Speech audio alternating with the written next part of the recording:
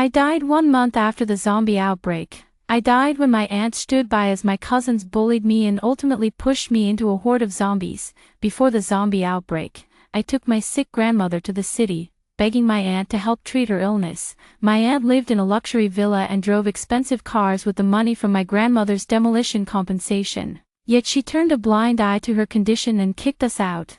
After the outbreak, my grandmother, to save my life, pushed me out of the hospital and used her frail, withered body to barricade the door. Reborn, I'm going to thrive in the midst of zombies. I'll make sure my aunt never makes it back alive. Sweetheart, run, run, Grandma's hoarse, aged voice screamed, urging me to flee for my life. The scene shifted abruptly, and zombies surged toward me, tearing at my flesh, devouring me. Tremendous pain and fear made me tremble. Cough, cough, cough. A fit of coughing suddenly jolted me awake. My eyes flew open as cold sweat drenched my body, soaking into the sheets that clung tightly to my skin, stifling and damp. In the darkness, I lay wide-eyed, my heart pounding wildly, not daring to move a muscle. At this moment, a rustling sound came from beside me, followed by a cool breeze. A calloused hand gently touched my forehead. Did it scare you, little one? As my eyes gradually adjusted to the darkness, I saw the figure half lying by the bed, slowly waving an old palm leaf fan. The familiar scent of firewood drifted from her. Tears instantly filled my eyes. Grandma, I spoke cautiously, afraid this was a dream that would vanish the moment I uttered a word. Don't be afraid, sweetheart, Grandma's here. Go back to sleep. Her gentle voice lingered in my ear.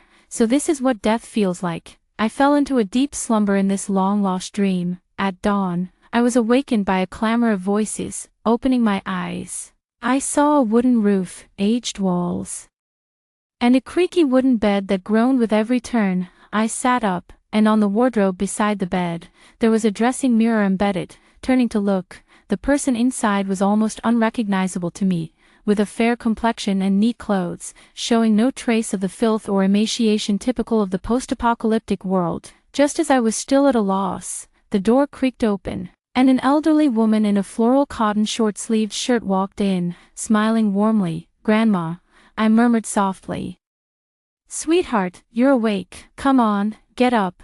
Your aunt and the others are back. Grandma called out to me.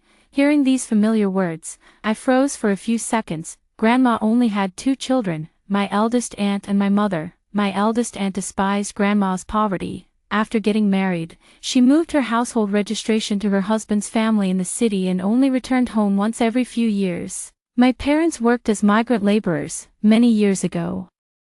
They both passed away in an accident at the construction site, leaving me to live with Grandma.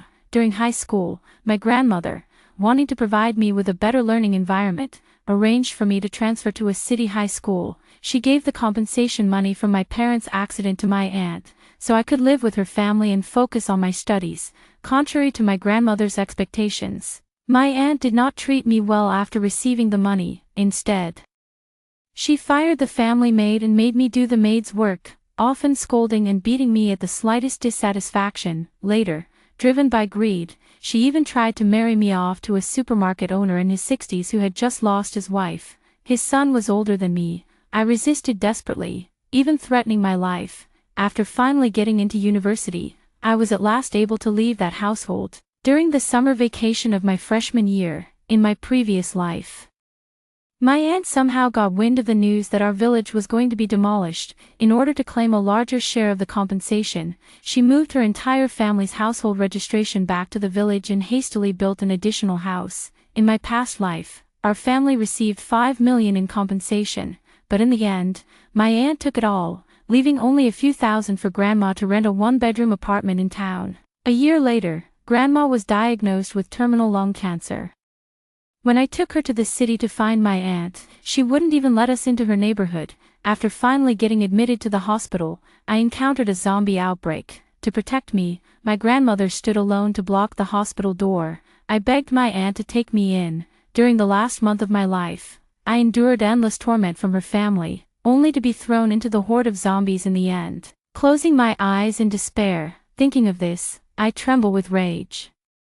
An unbelievable idea emerged in my mind. Quickly pick up the phone beside you. The familiar screen lights up. August 10th, 2222, 1 year before the apocalypse outbreak. I've been reborn, back before the apocalypse, back to when Grandma wasn't sick yet, back when nothing had happened. My hand clenched tightly. This time, I must live well and take care of my grandmother. At the dining table, this was the first and only time I saw my aunt smiling obsequiously.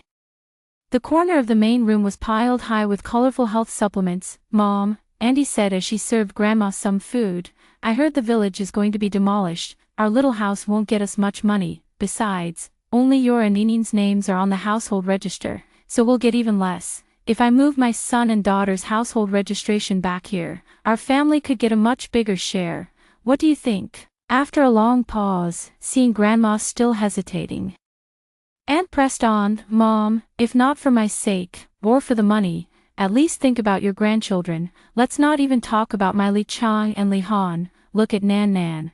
Her parents are gone, and how can your pension alone support her? Even if I can help out, that money doesn't grow on trees, right?" As she spoke, Aunt started wheedling Grandma again, an elderly woman in her 40s or 50s, with flabby waist fat jiggling as she moves. "What a disgusting sight." After dinner, Grandma agreed. And Auntie, overjoyed, began planning the land, fantasizing about how big a house she would build, saying she would prepare to transfer the household registration the next day. I cleared the dishes without a word, only sneering inwardly. Early the next morning, Auntie hurriedly left with her 2 children in tow.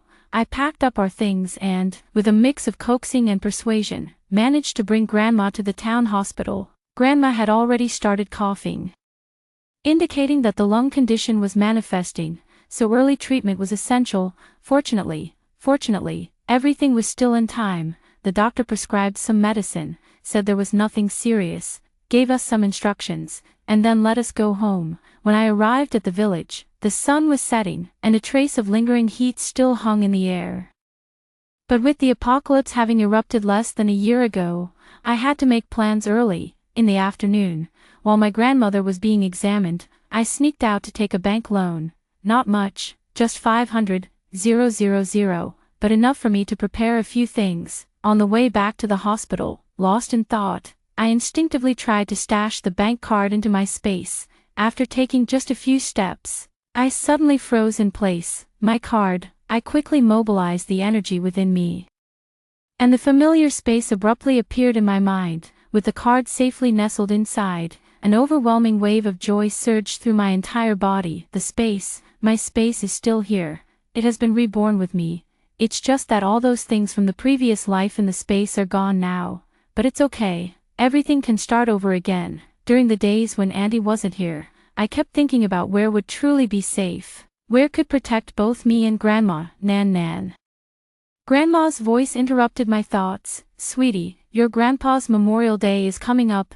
Go to town tomorrow to buy some incense and candles, and we'll go visit him." Hearing this, my eyes lit up. Grandpa's grave is buried beside the old house. The old house belonged to my great-grandfather. Back then, the village wasn't yet planned out, and homes were scattered far apart. Later, when my grandparents got married, they happened to encounter land planning, so they built their house in the current village. But Grandpa couldn't bear to leave the place where he was born and raised, and in the end, he was buried beside the old house. Grandma brings it up every year. The old house is halfway up the mountain, and the path there is hard to walk. The grass grows as tall as a person. Grandma is too old to make the trip, and she often wishes she could go to clear the weeds for Grandpa but can't. But the main point isn't the old house itself. After years of exposure to wind and sun, most of it had already collapsed. Rebuilding it temporarily would be costly, time-consuming, and attract unwanted attention. The real focus is the enormous cave behind the old house. When I was a child, my grandfather took me inside. It was warm in winter and cool in summer, and you could even see the village directly from the cave entrance. It's practically an ideal defensive position, easy to hold but hard to attack. I remember my grandfather saying that this place was discovered by my great-grandfather, and that's why the old house was built here later. It was because of this cave that my great-grandmother decided to marry my great-grandfather. On summer nights, they often cooled off inside, and it was just as good as air conditioning. They even needed blankets at night. The next day, Early in the morning, I went to town. I visited many places and bought a batch of new furniture, appliances, as well as a generator, water purifier, and the like. Go to a deserted place and secretly put it into the space. In my previous life, I only survived for 1 month after the zombie outbreak. I don't know what happened after that, nor do I know how long the apocalypse lasted. We must prepare everything needed for all 4 seasons. With this in mind, I bought a lot of winter supplies like quilts, down jackets, heaters, and electric blankets. August 22nd is the anniversary of Grandpa's passing, and we set out early in the morning. The road was narrow and long, winding through the mountains, and we didn't arrive until the afternoon. We rested at the entrance of the karst cave, where a faint coolness drifted from inside, finally easing the sweltering heat a little. We ate some food. Grandma was tired and dozed off against the cave wall, while I ventured deeper into the cave. It's been a while since I last came. I wonder how the cave is now and if it's still suitable for living. The further in you go, the more spacious it becomes, with a huge cavern at the very end and an opening at the top. Sunlight streams through the opening, casting onto the massive stalactites inside the cave, their snow-white surfaces shimmering with countless tiny glimmers of light.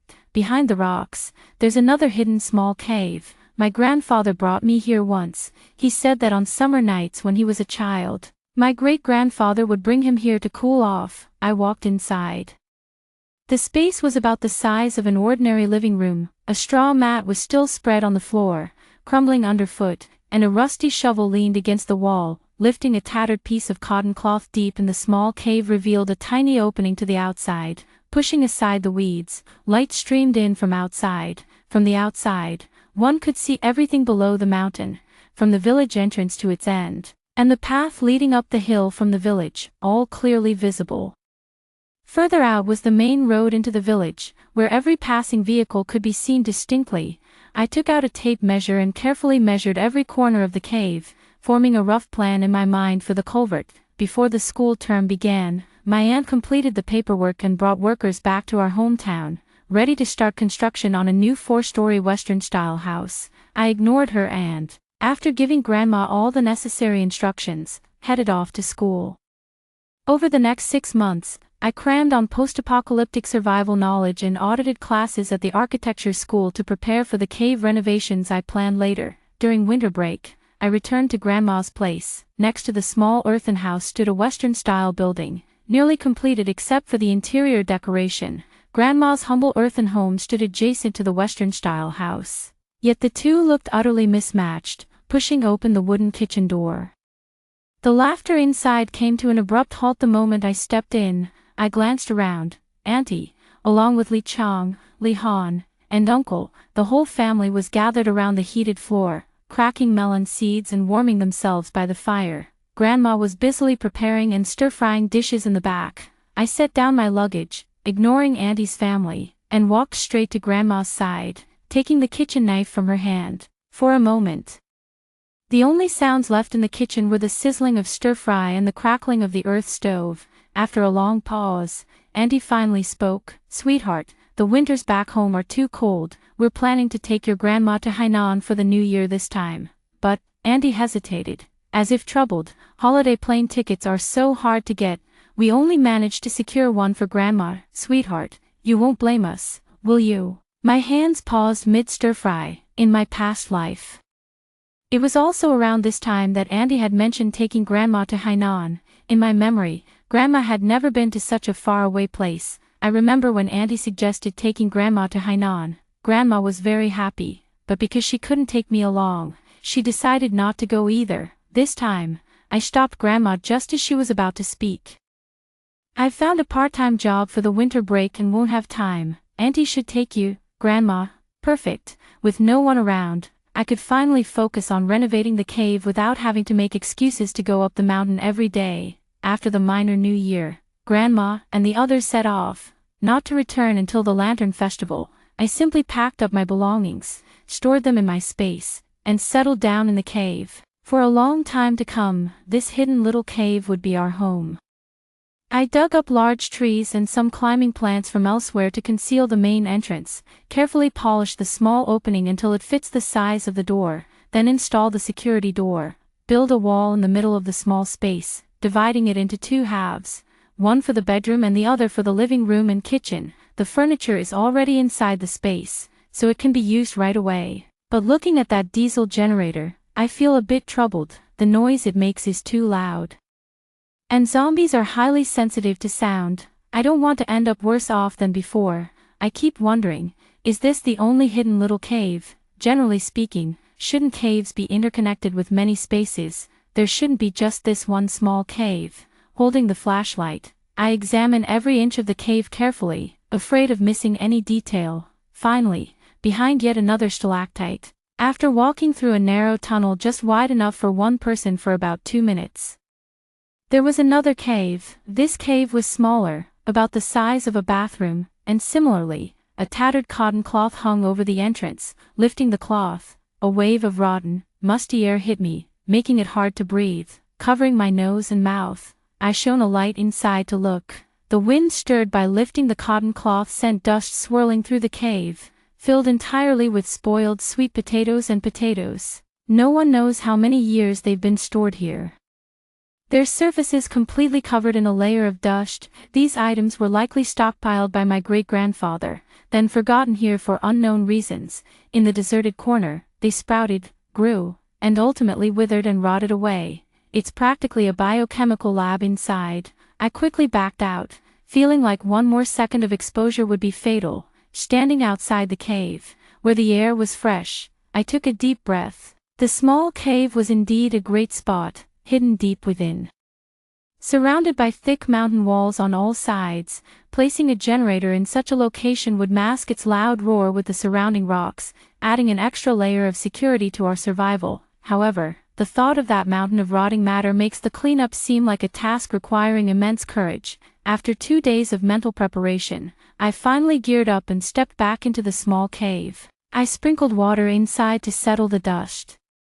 Then used urea bags to pack the sweet potatoes and potatoes, hauling them out one bag at a time, coming in and out for another 3 days. We finally cleared out the tiny cave completely. We installed the 2 diesel generators here and connected the wiring. The sounds of electrical devices powering on echoed one after another in the other cave. They were finally usable. During Qingming festival, Grandma took me again to sweep Grandpa's grave. The locust trees on the mountain were in full bloom. Clusters of flowers looking exceptionally beautiful. Grandma picked a lot of them, saying she would make me fried eggs with them when we got back. That night, a light rain began to fall, pattering softly. I stood at the doorstep of my home, looking toward my aunt's house. They were already preparing to move in. In that case, I won't hold back either. Early the next morning, I carried a basket of red eggs and walked from one end of the village to the other under an umbrella. Every person I met along the way, I gave them an egg, calling it a gesture to share the joy of the newly built house. Finally, I stopped at the village chief's house. "Grandpa Chief, my aunt said to thank you for approving the land. The house is finished, so she asked me to bring you red eggs," I said sweetly as I sat in the chief's house. "Ah, that piece of land originally belonged to your third uncle. His family went abroad for business and won't be coming back. I'm just the middleman." Helping to connect the dots, the village chief tapped his old pipe against the corner of the table. "Me, Grandpa Chief, when does your family plan to start building the house?" The village chief: "Why would our family build a house? My eldest son has bought a big house in the city. We'll be moving in with them in the future." Me: "Wow, big brother is amazing, but Auntie said building more houses means earning more money. And Li Chang and Li Han's household registrations are going to be moved here." Village chief: "What money are you talking about? You don't know." I hesitated for a moment. Nothing about money.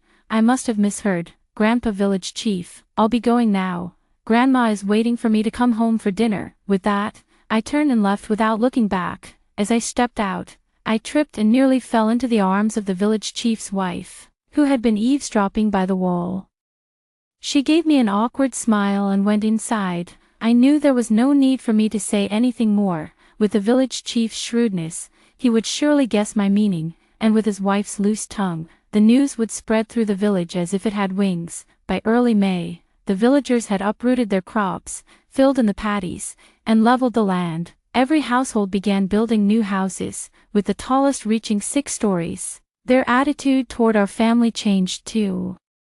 Once friendly neighbors now spat as they passed by our door, in June, and officially moved into the new house with Li Chang and Li Han. Early in the morning, the sound of firecrackers erupted at the doorstep, a full 10,000 rounds. In the hazy curtain of rain, villagers stood at the door, watching with inscrutable expressions. Suddenly, an outburst of rage shattered the lively atmosphere. A robust middle-aged man, accompanied by a muscular young man in his early 20s, barged into the crowd.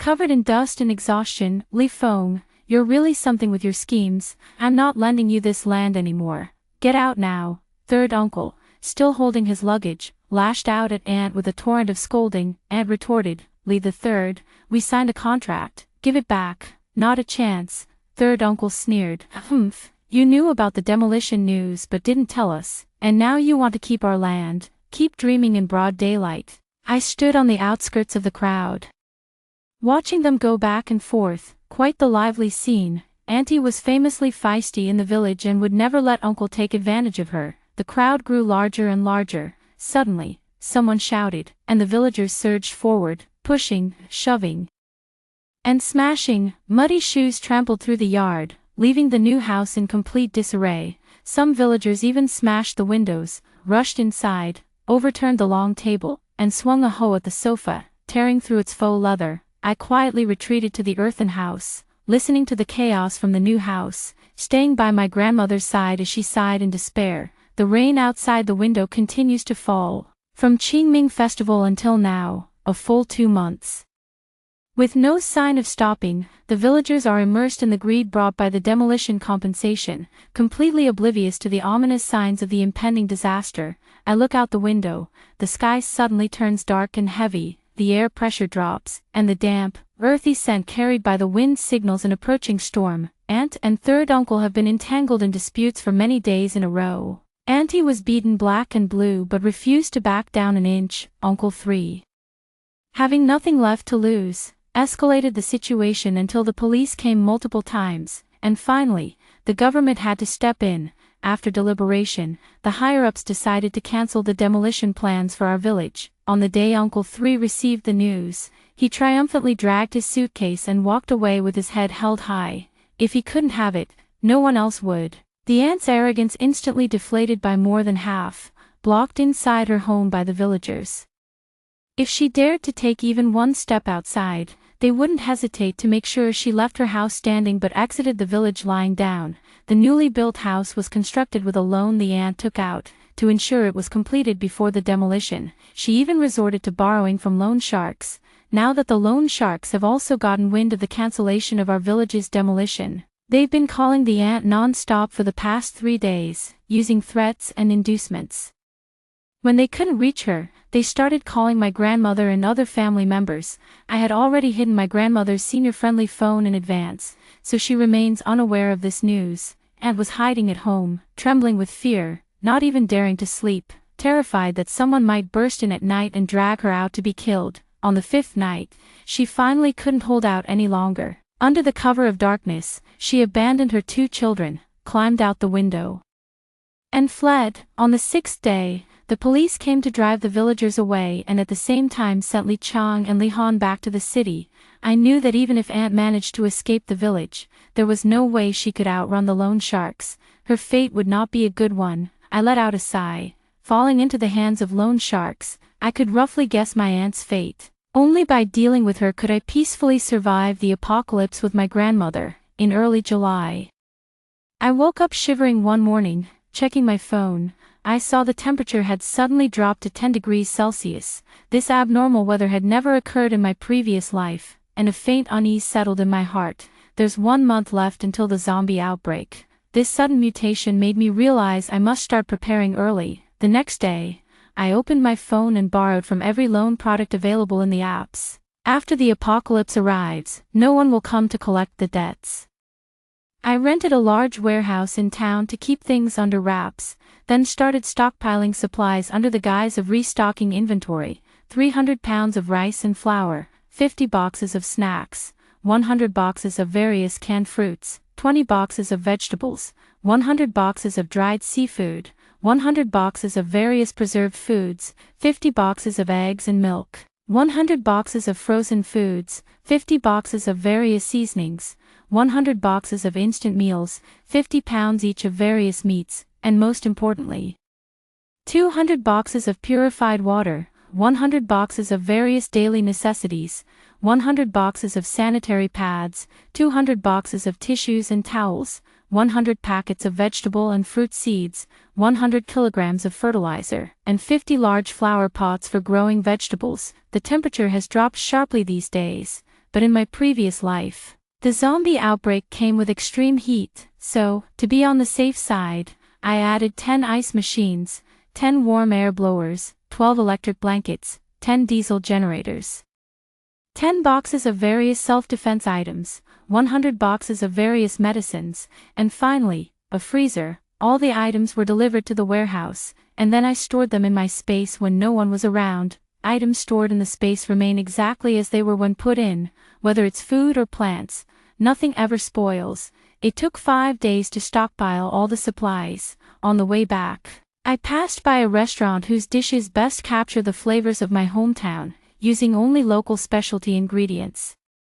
In my past life, the food from this shop appeared in my dreams every single day. Salivating at the thought, I hurried inside and ordered over a dozen portions of each dish, completely clearing out the restaurant's daily stock. Only then was I satisfied. Put all the food into the space and store it properly. The temperature kept dropping, and by mid-July, the sky unexpectedly began to sleet. In just one night, the ground was covered in a layer of silver-white snow. The unease in my heart grew increasingly obvious, making me so uncomfortable that I couldn't sleep. That very day, I hurriedly took my grandmother back to the town hospital for a follow-up check and picked up more medication. After returning home, I started packing my things. Nan, what are you doing? Grandma asked, puzzled, afraid of frightening her. I had never told Grandma about my past life, having kept it to myself for so long, and with the apocalypse days about to arrive, it was time to let Grandma know everything. I told her about what had happened in my past life and the modifications made to the cave. I thought Grandma wouldn't believe me, but to my surprise, she hugged me tightly. My dear, Grandma failed to protect you. Hearing her words, my eyes welled up with tears. Grandma, don't cry. Look, I'm fine now. I can change our fate this time. We can live together for a long, long time. Grandma, the weather has been unusual lately. I'm worried things might turn out differently from my past life. Let's pack our things now and move to the cave. Grandma, good. There wasn't much to pack, and it was quickly done. This was the place where Grandma had lived her entire life, and the neighbors were people she had known for decades. Before leaving, Grandma wanted to tell them about the impending apocalypse, but upon hearing her voice, they all kept their doors tightly shut. She let out a long sigh and said nothing more, only turning her head repeatedly to gaze back, wanting to etch this tranquil little mountain village deeply into her memory. Inside the culvert, I had already finished remodeling it, with a layout quite similar to that of my grandmother's home. Day 3 of the doomsday countdown. The temperature had already dropped below -20 degrees Celsius, yet the rain and snow had ceased. The second day of the doomsday countdown, the day was pitch black, without a single ray of sunlight. The sky resembled a devouring black hole. The final day of the doomsday countdown, the temperature suddenly soared to 40 degrees Celsius, even inside the culvert. We had no choice but to switch to summer clothes. The mutation begins. At midnight, a howl shattered the tranquility of the night. I quickly got up and went to the window to look toward the village. The howl woke up the household closest to it. The dim yellow light flickered on as the man cursed and opened the door, only to be met with a foul, gaping maw dripping with blood. In just 3 short minutes, the entire family met a gruesome fate. House by house, the clamor of voices and screams continued until midnight, leaving only the guttural growls of the undead echoing through the village. Several homes burst into flames, their fires lighting up half the sky. I sat by the cave window all night. Though Grandma never came out, I knew she must have stayed awake too. When daylight broke, I took out my binoculars and looked toward the village. The fire had burned out, leaving only the charred skeletons of houses still smoking. The zombies moved grotesquely through the village, some missing limbs, others reduced to half their bodies, crawling on the ground. The village entrance was jammed with cars. Likely from a collision, vehicles lay scattered in disarray, a few burned pitch black, still smoldering. Look closely, and you'll see half-bodies hanging from several car windows. In my heart, I couldn't quite identify the emotions. Some sorrow, some relief, and a touch of fear. Without me noticing, Grandma had come up behind me and draped a coat over my shoulders. I turned around and hugged her, burying my head in her embrace. Grandma gently stroked my back, soothing my restless heart. "Sweetie, don't be afraid, Grandma is here." In the following days, would stay by the cave entrance, keeping an eye on the situation outside. Occasionally, I would see one or two people trying to rush out of the village, only to meet a tragic end at the hands of the zombies. I guess there must still be some quick-thinking people in the village who managed to hide in safe places at the time. They all wanted to find opportunities to leave the village, but without exception, they ended in failure. I had always worried that someone might flee into the mountains, but now it seems my concern may have been unnecessary. A month later, the temperature stabilized at 65 degrees. I had prepared plenty of ice early on using the ice maker and stored it in the cave. Combined with the cave's natural temperature, it didn't feel hot at all. Instead, it was quite pleasant. Holding a bowl filled with the stir-fried dishes my grandmother had made, I sat crouched by the cave window. For the past month, no one has rushed out of the village anymore. I don't know if they've all become too afraid to act recklessly or if there truly are no survivors left. This should be my last day guarding the cave window. Grandma's cooking is just so delicious that I forgot to keep an eye on the village. By the time I noticed, someone had already reached the foot of the mountain. My heart skipped a beat. Someone actually managed to escape and had come all the way to our mountain. The branches in the mountains were so dense that I could only see figures moving about, unable to make out who they were. As they drew closer to us, I grew anxious, wondering if there was any way to stop them. Suddenly, a fierce roar erupted, echoing through the mountain ridges like a tiger's cry. Following that, several large trees toppled one after another, instantly clearing a patch of open space in the forest. I could clearly see the faces of the three individuals. It was actually the village chief and his family. Due to the village's demolition and relocation matters, the village chief's son had also quit his job to return and help with building the house. This family had been hiding somewhere, managing to stay hidden for so long. Although the three of them looked somewhat emaciated, their spirit seemed quite good. But I then turned my gaze to the creature that had just snapped a large tree with a single swipe. A zombie tiger. This is something I've never seen in my previous life. In an instant, goosebumps covered my entire body, and my hair stood on end. Hearing the commotion, Grandma came to peek at the cave entrance and let out a frightened "Aw." I quickly covered her mouth, signaling her to stay quiet. Such a massive thing. If it discovers us, we'd be utterly doomed. I pulled Grandma back into the cave while continuing to observe them from the window. The village chief's family, who had just been full of energy and finally escaped the village, surviving the disaster, were now too terrified to move a muscle. I faintly saw that the chief's pants were already wet.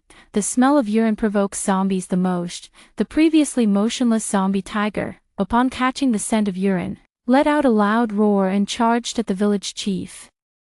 The village chief's wife and son scattered in panic, while the chief himself was so terrified he couldn't speak. Collapsing to the ground, I turned my head away, unable to bear the gruesome sight. Under the zombie tiger's jaws, the village chief didn't even get a chance to turn into a zombie. Half a minute later, the tiger finished chewing what was in its mouth, detected movement in the bushes to the east, and turned to chase after it. My heart, still suspended in anxiety, suddenly heard the rustling of grass and leaves from the skylight above. Looking up, a dark shadow flashed by, and my body froze, not daring to breathe. Such incredible speed, not daring to imagine what it could be. I carefully closed the door and covered the window. Under Grandma's concerned gaze, I didn't dare say much and could only try to calm her down first. The whole day, we didn't dare make any big movements. We only ate some dry rations and spent the rest of the time quietly staying in bed. By midnight, Grandma couldn't bear the immense mental strain any longer and fell asleep early. I lay beside her in my clothes, resting with my eyes closed. All around was dead silence, except for the occasional growls of zombies from the direction of the village and a faint, low rumbling roar. I suddenly opened my eyes, my heart pounding like a drum, a layer of cold sweat covering my body as a familiar sense of dread washed over me. That's the sound of the generator. The generator was placed deep inside the cave, making it hard for human ears to detect. Moreover, after listening to it for a month, both my grandmother and I had grown accustomed to the noise, easily tuning it out. But zombies are extremely sensitive to sound. During the zombie outbreak in my previous life, I was in the city and didn't know the situation in the village, so I overlooked one problem. Zombies aren't just humans. Every living creature has the potential to be infected. The place I always thought was the safest might actually be the real wolf's den. At this thought, even the tip of my heart began to tremble. I could only silently pray that the thing wouldn't discover us and that this night would quickly pass. Against all hopes, something suddenly crashed outside the door, followed by thuds coming from all directions. My hands clenched tightly, my eyes wide open in the darkness. Countless ideas flashed through my mind, but I dismissed them one by one. Suddenly, with a sharp snap, everything fell into silence. The phone that was charging lit up, displaying a message, "Charger disconnected." My whole body stiffened, but I quickly regained my composure. Moving cautiously, I got up and stepped outside. That zombie must be near the generator now. If I can make good use of the cave's geographical advantage, I might just have a chance to kill it. I pulled out a piece of clothing and a chainsaw from my space. I had prepared the clothes well in advance, sewing several layers of cardboard inside them. They might not be incredibly effective, but at least they could withstand 1 or 2 zombie attacks. I hid outside the hole where the generator was placed, holding a chainsaw in my hand, listening for any movement inside the hole. After destroying the generator, the zombie stopped moving for a while. Now, it seemed to have caught my scent and was heading in my direction. Plop, plop. The sound was like bare feet stepping on damp ground, closer and closer, faster and faster. Just as it was about to emerge from the hole, I pressed the chainsaw's trigger and used the momentum to swing it toward the opening, directly slicing into its chest. With both hands gripping the chainsaw's handle tightly, the wildly spinning blade lodged between the zombie monkey's ribs, unable to advance any further. With just my strength alone, there was no way to pull it free. The zombie monkey, enraged by my attack, completely disregarded the chainsaw's power and charged straight at me. I knew that if I couldn't land a blow to its head, I wouldn't be able to kill it, and I wouldn't get another chance to fight it head-on. No longer intent on continuing the battle, I quickly let go and circled behind the stalactite, retrieving another chainsaw from my spatial storage in the process. The zombie monkey was incredibly fast, and it was about to catch up to me in the blink of an eye. I turned around, using the cardboard armor on one arm to block its claws, while swinging the chainsaw with my other hand, cleanly severing one of its legs. The zombie monkey staggered and fell to the ground, and I quickly dodged to the side.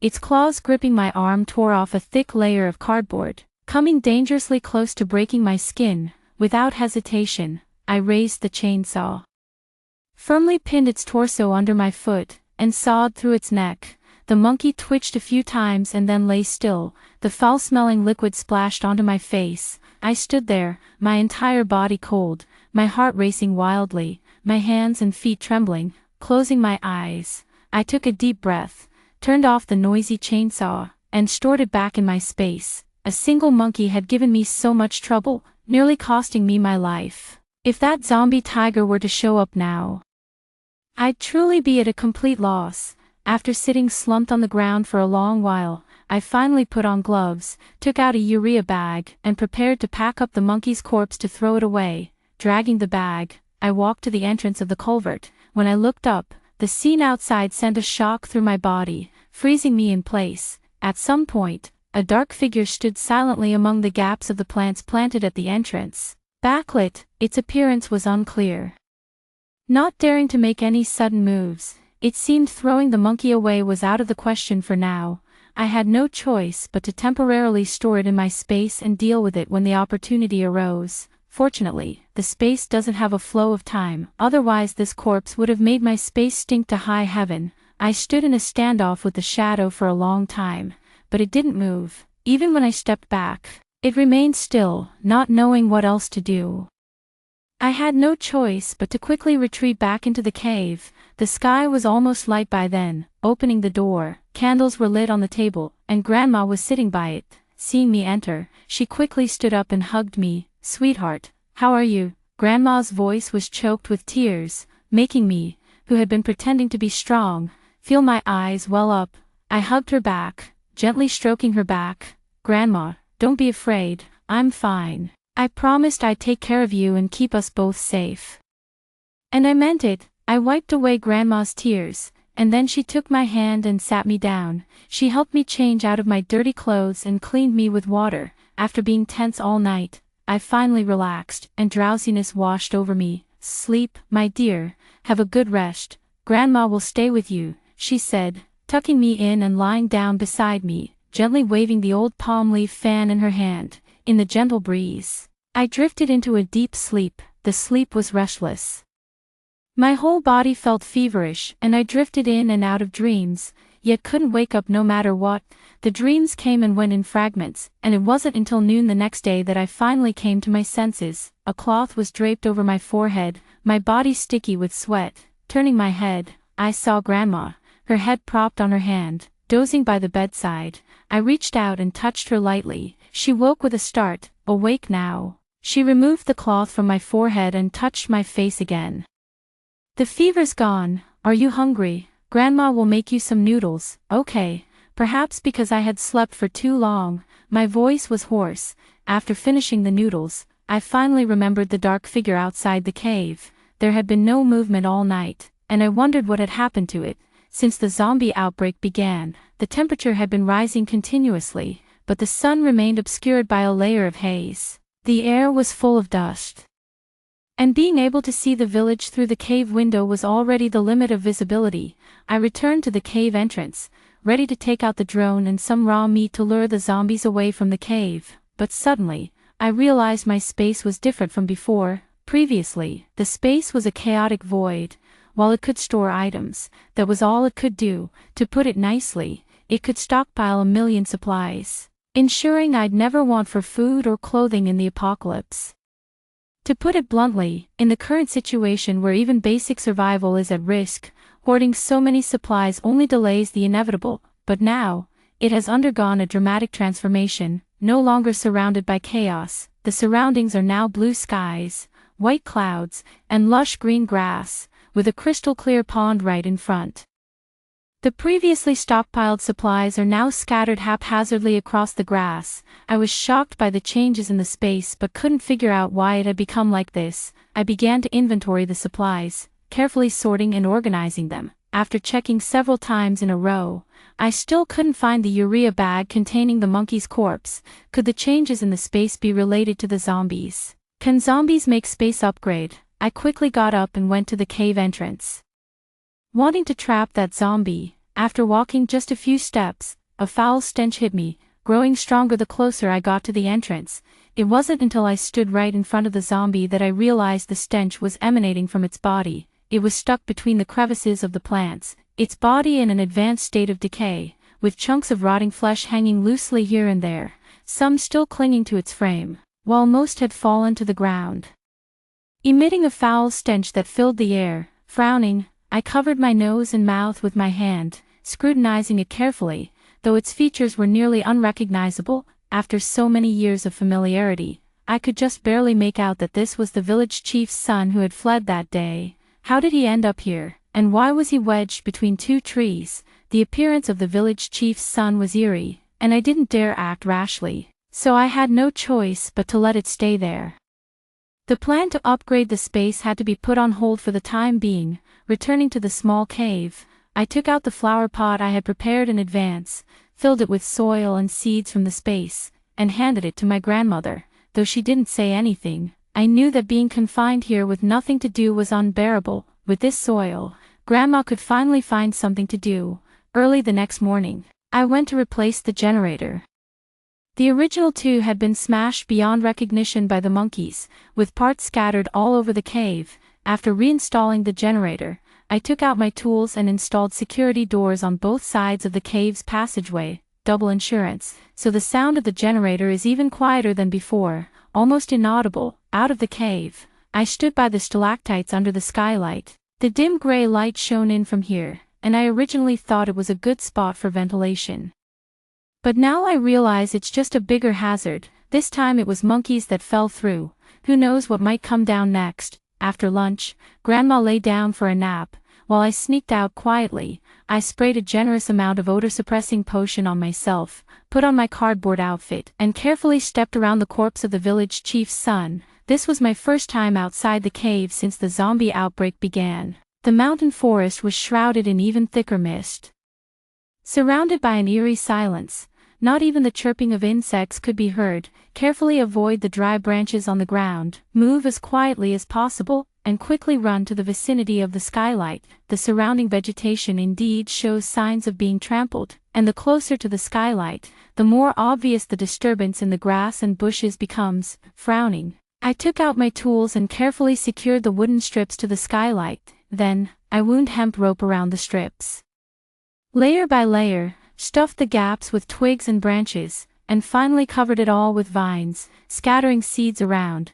It won't be long before this place takes on a completely different appearance. Having done all this, I dared not delay any longer and immediately returned to the culvert. Strangely enough, there wasn't a single zombie outside the cave. Utter silence reigned. Such quietness, instead, sent chills down my spine. Generally speaking, if a place is completely devoid of anything, it must mean there's something even more formidable present.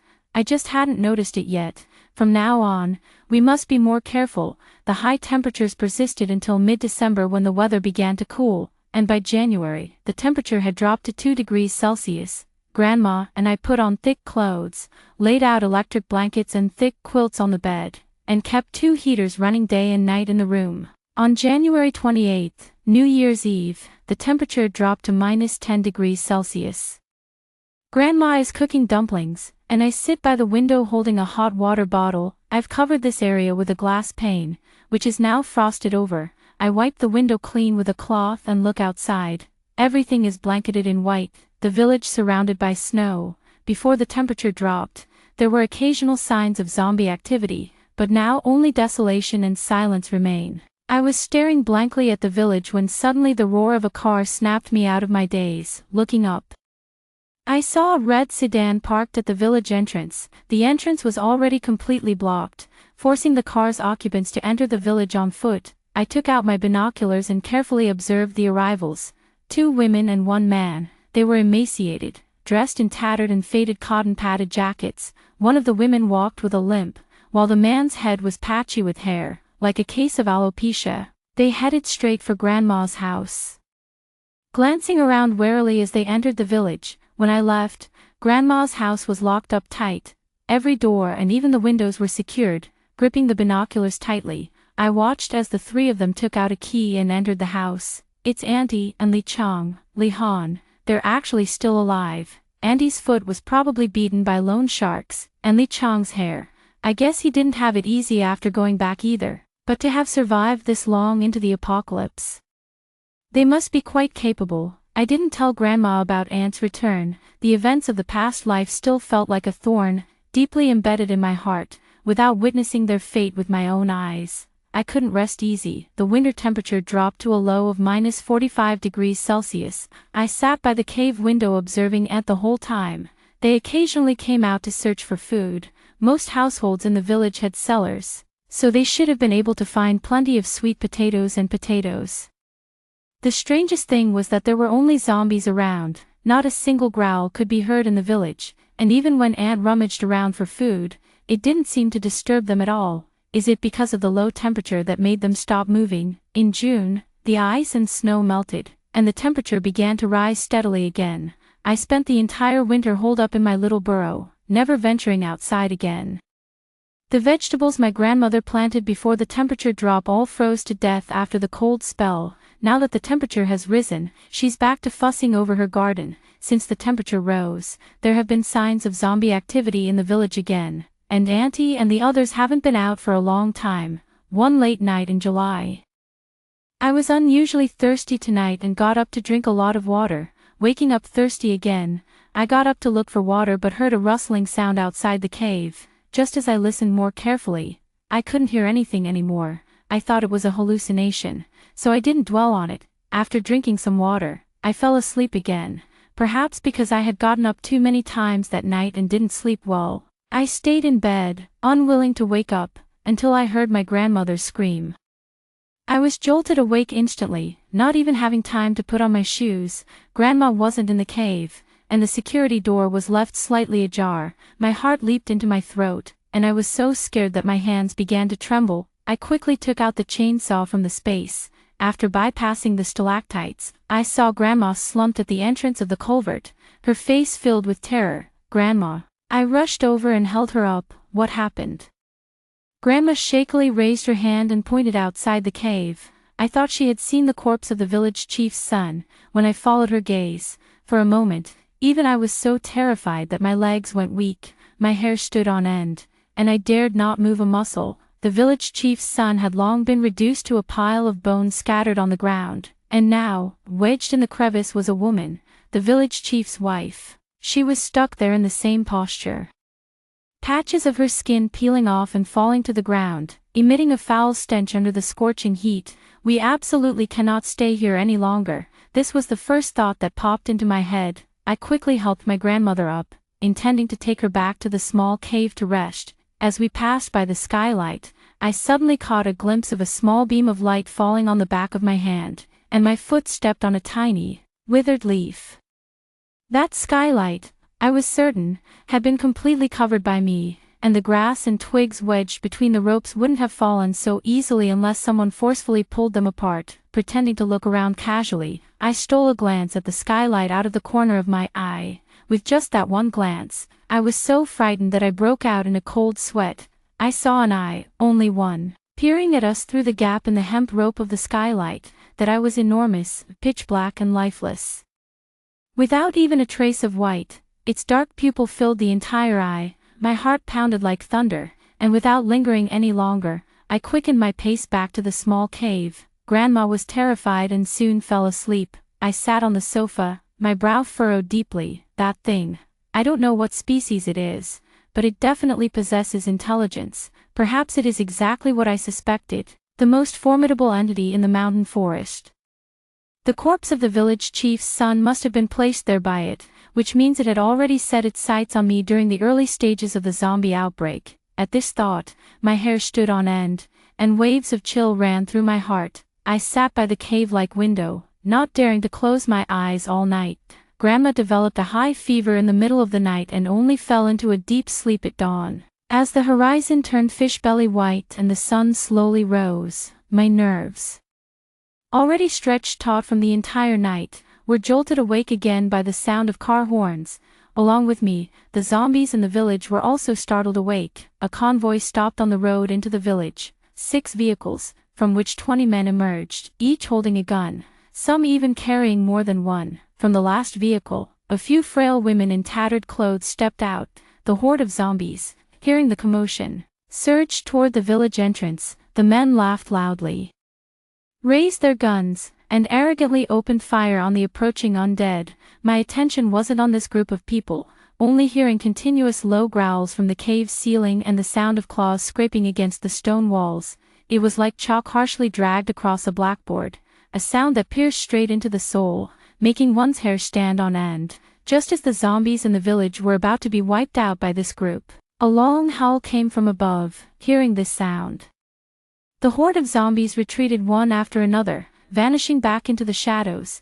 As the zombies retreated, they cleared a path on the road for vehicles to pass through and drove into the village. The vehicle circled around the village and finally stopped in front of the villa built by my aunt. The villa had been vandalized by the villagers later, with the security door even deformed, but at least it was a new house, and many facilities had never been used. They could just take a door from somewhere in the village and install it. With their combat strength, they had no need to worry about attacks from these low-level zombies.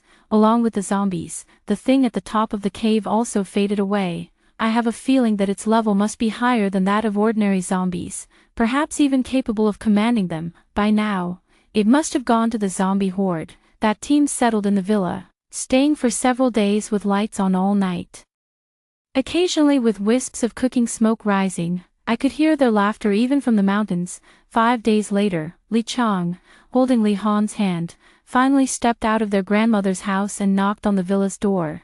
several burly men opened the door, their eyes lighting up the moment they saw Li Han. They shoved a few packs of instant noodles into Li Han's arms and, with malicious grins, ushered the two inside. I saw all this with my own eyes. Even when they handed Li Han instant noodles, and Auntie secretly hid behind the door, craning her neck so far that her eyes were practically glued to the noodles, I saw it too. As darkness fell, Li Chang walked alone back to his grandmother's house, clutching a few small pieces of bread in his hand. It wasn't hard to guess what would happen to Li Han once he went inside, just like the women who had stepped out of the car earlier. He would become nothing more than a tool, that thing.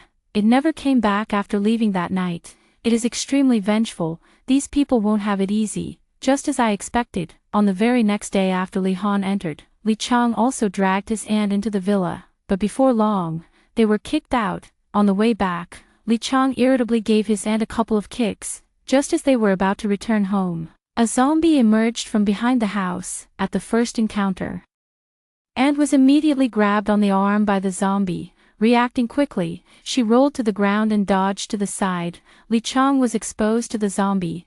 He quickly turned around and ran toward the villa, with Aunt following closely behind. The people inside the villa heard the commotion and came out with guns, shooting the zombie dead with a single shot. Li Han ran out, trying to pull them inside, but was blocked by the burly men.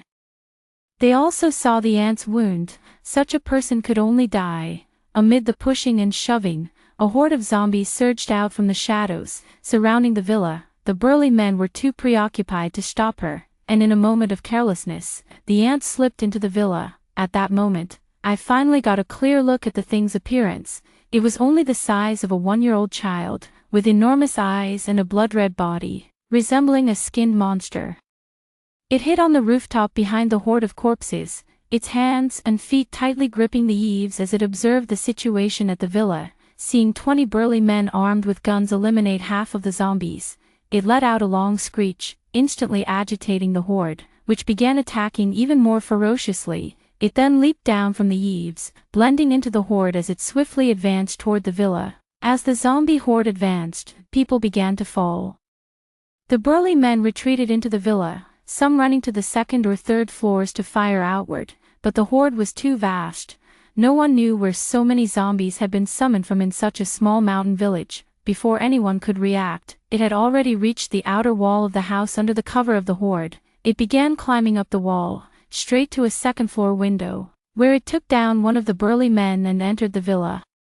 These people may appear dull-witted and well-fed, but having survived this long in the apocalypse, they're certainly not as useless as they seem. Before long, several of them, well-trained, were seen holding knives and pushing it out the window. This thing was incredibly tenacious. Half its head was sliced off, its body riddled with stab wounds. An ordinary zombie would have died long ago, yet it somehow managed to stand back up. However, while it was thrown out, those men didn't fare much better either. I watched with my own eyes as two of them, their hands dripping with blood and holding guns, shot each other in the head. The horde of zombies collapsed once more, their bodies piling up like a wall around the villa. The burly man's team must have run out of ammunition. After another round of gunfire, they grabbed machetes, flung open the villa's door, and charged out to fight in a bloody melee.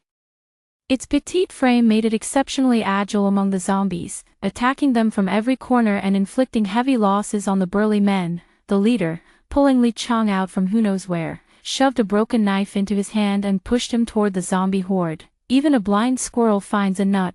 Somehow, he actually managed to kill 2 of them, but 2, that was nowhere near enough. Just as Li Chang was about to be surrounded by the undead, his aunt rushed out, eyes bloodshot, and desperately dragged him back into the villa. Over there, a few people were struggling to deal with it, and no one paid attention to this side. Thus, no one noticed that Andy's arm had already begun to fester. I blinked my somewhat dry eyes. Andy still hadn't turned into a zombie. Generally, those infected by zombies would transform within 5 minutes, yet Andy had managed to hold on for so long.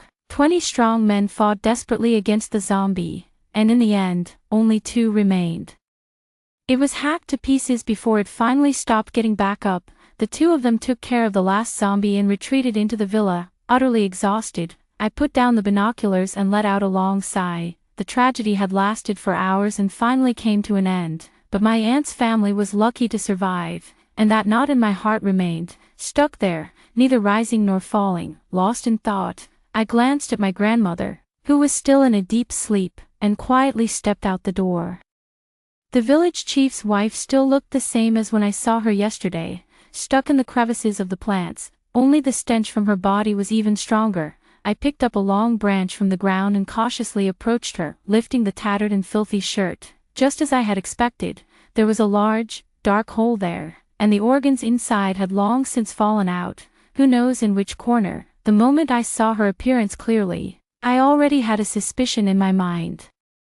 Recalling again, the village chief's wife had run out from the village initially, looking heavily pregnant. At this moment, I am certain, it is the monster that crawled out of the village chief's wife's belly. Most likely, after the chief's wife was infected, the virus spread to the child in her womb, turning it into a zombie fetus that eventually tore its way out of her belly. A wave of dread washed over me. It emerged from the belly, and even under the assault of 20 strong men, it inflicted heavy losses before being destroyed. If it had come straight for us from the start, we would have had no chance of survival. On the way back to the small cave, a scream came from the direction of the villa. I quickly pressed against the cave window and looked toward the village. There was a commotion in the villa.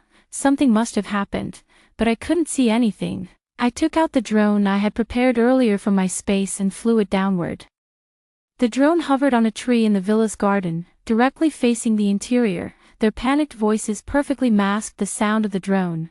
I saw that Auntie had finally turned into a zombie, terrifying the women into scattering in all directions, while Li Chang trembled in a corner. The two remaining strong men, having just survived the zombie horde, had no strength left to fight. As more and more women became infected, they closed their eyes in despair and pulled the trigger on each other. The last bullet was reserved for themselves. In less than 10 minutes, everyone in the villa was wiped out. Thus, the grudges spanning 2 lifetimes finally came to an end. The village was enveloped in a long-lasting silence. Another spring festival arrived, with freezing snow outside. My grandmother and I huddled on the sofa, enjoying hot pot together. The red oil on the table bubbled vigorously, rich with a spicy and fragrant aroma. The first bite of tripe, paired with cola, brought an indescribable comfort. Just as I was immersed in such bliss, my phone, silent for 2 years, suddenly chimed. At first, I thought I had misheard, but when my grandmother and I listened again, another ring sounded. I quickly got up, ran to the bedside table, and pulled out my dust-covered phone. There was only 9% battery left, and 2 messages popped up. I unlocked the phone, and both messages were sent from the same account, capital, to all citizens. During these 2 years of the zombie outbreak, the nation has not given up. We have been tirelessly researching the zombie virus and continuously eliminating the undead. Recently, our research has made a major breakthrough. The eradication of zombies has been largely completed in the areas surrounding the capital. Please remain patient, we will surely reunite under the sunlight. January 1st, 2224. This is a text message from a month ago. It must have been delayed due to slow signal recovery in the mountains, which is why it's only just arrived. The following message is from the day before yesterday. Capital, to all citizens, the zombie virus research has been completed and is being gradually deployed. The results are remarkable. We shall reunite soon. February 3rd, 2224. Ding dong, another new message. Capital, zombies have been largely contained, and governments everywhere are beginning post-disaster reconstruction. The Botanical Research Institute requires large quantities of soil and seeds to resume production. Please, those who are able, help us. February 5th, 2224. 2 clear tears streamed down from the corners of my eyes. At last, we have finally waited for this day. I quickly told my grandmother the news. She held me in her arms, her hands trembling as she wiped the tears from the corners of my eyes. Grandma, my space has land and seeds. Let's go to the capital and help with the post-disaster reconstruction. My sparkling eyes looked up at her. Yuan, Grandma is old and would only be a burden. I can't go that far. I'll wait here for you, waiting for you to come back. Her warm, dry hand gently caressed my face. Grandma, I rested my head on her lap. If I didn't have you, what would kill me before the zombies would be myself? The loneliness and fear of these past 2 years have been enough to drive me mad. So, Grandma, you must stay with me. I want to stay with you too, silly girl, she scolded me with a laugh. It was the first time Grandma had smiled like that since the zombie outbreak. The next day, we packed our belongings, got into the car left by those burly men, and headed for the capital. The world is in ruins, but we will still be together for a long, long time.